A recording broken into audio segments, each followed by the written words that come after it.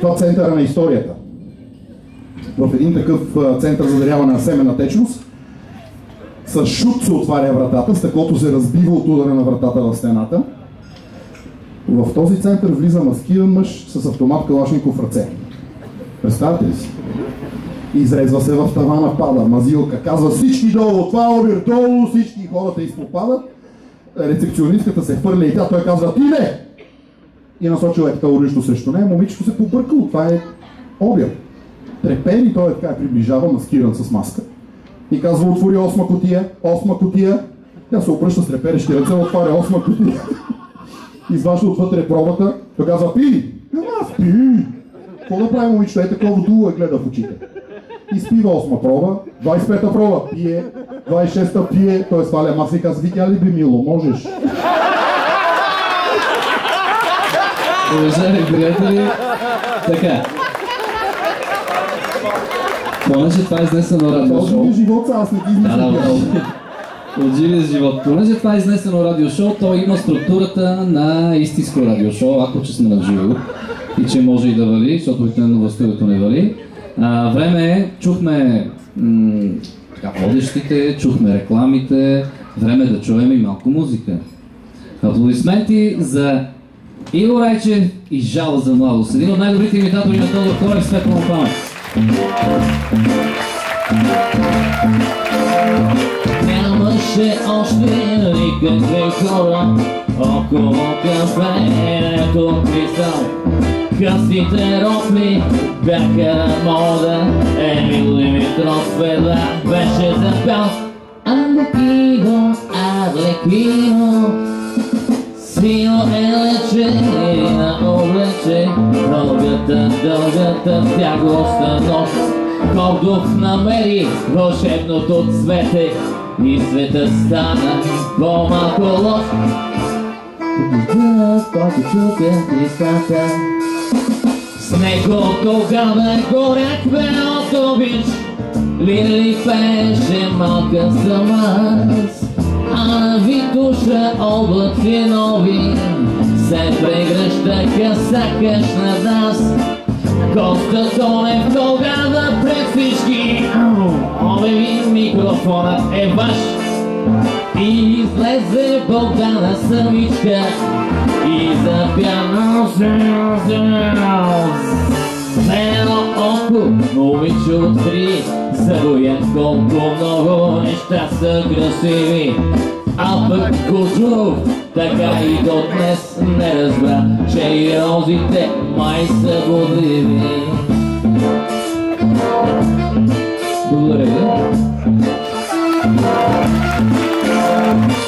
Ако Йорданка дълфини тъгуват, Гошо потърне съм в тежина. Бисер се още е юноша бледен, събота срещу неделя едва. Аз съм само един юноша басро. Още очаква Мишо Мария на булеварда под кестен висок. Вятърът свири сякаш фония, песен из филма Козият рок. Снимни възпя своята майчица свята, Петю маката своя проходи, а от малкия светъл прозорец къщоците светът беше чуден. Нямаше група, сигнал и каскади, импресария и може би Маргарита успя да запази своя устрем за по-късни дни. Нямаше диско, нямаше реге, нямаше още Диана Експрес, нито на Васко, кой да му каже? Тодор Колев го нямаше даже. Носи тишина, благодаря много, това вече в чест на в памет на великият неповторимият Тодор Петров Колев, който наскоро му откриха паметник. Аз присъствах в неговия роден град Шумен. Благодаря и още веднъж. Иво, уважаеми приятели, ако не знаете, той е един от най-добрите имитатори на Тодор Колев, а и си се учил от него, нали така, колега Райчев? Това ми е кумир. Сестро, повикайте доктора, моля. Сестро, извикайте доктора мой, така като той болец не пита. Може да импровизираш, колега Райчев, може да импровизираш така сега на момента още нещо от филмите на Тодор Колев? Сега, филмите на Тодор Колев се гледали всички по един-два, 100 пъти. Двойника и от Пасенчари и всички, няма ги изборявам сега, няма смисъл. Аз ще включа една реплика само, може ли? Всяко малко гущерче иска да стане голям крокодил, но не всяко може добре да плува. За великия. Мирише ми на командировка на Централния Софийски затвор. Но в мен един съвет, втория етаж, южното крило, дясно. При байстави, т.е. строг, но справедливо. Много обичам майтапите. Първата година е трудно, но после се свика. Ще излезете запазен. Нещо пак обижаш на възраст, Райчев. Ще излезеш запазен това. Ще видя след 40 години аз как ще излезеш. На 110. На това всъщност се бъде. Оня не срещнах един дядо, журналисти го налетяха и викат на 107 ли си дядо. Не ги броя след 105, може и толкова да стане. И как я караш като Райчев, сигурно не пушиш, не пиеш. Моря, пушех, пиех. Тя ги уличих тройно и по баби ода демонощи. Защо, дядо? Инак няма умиране вече, да. Но един журналист е дошъл в Елин Перин да вземе интервю от една баба на 106 години и казал: Павел, какво ти е мнението сега за състоянието в държавата? И тя казала: мнението след погребението. Добре, ясно на къде биеш. Аз на следващия спектакъл ще си излезна с едно столче и едно въженце. И ще се вейна.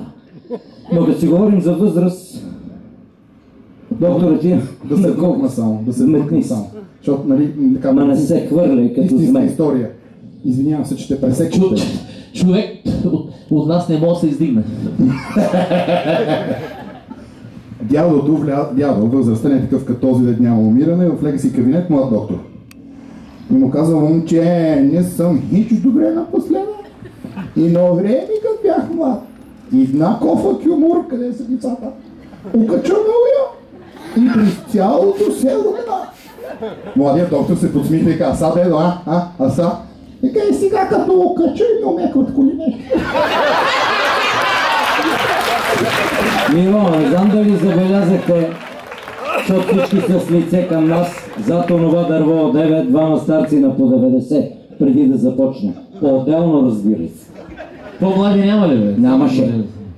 Единия рече: ай да си играем където как си играем, и другия на какво, кой ще пикае по-далеч. И застанаха с гръб. Първия реч: отказвам се, напикат си обувки. Втория каза: ти печелиш. Така, Шкуба, ами тия двама младежи, дето ги обясни със състезанието, може да се случите заведат на дискотека някъде. Ей, Мишо ми припомня, благодаря. Вие сте само млади тук.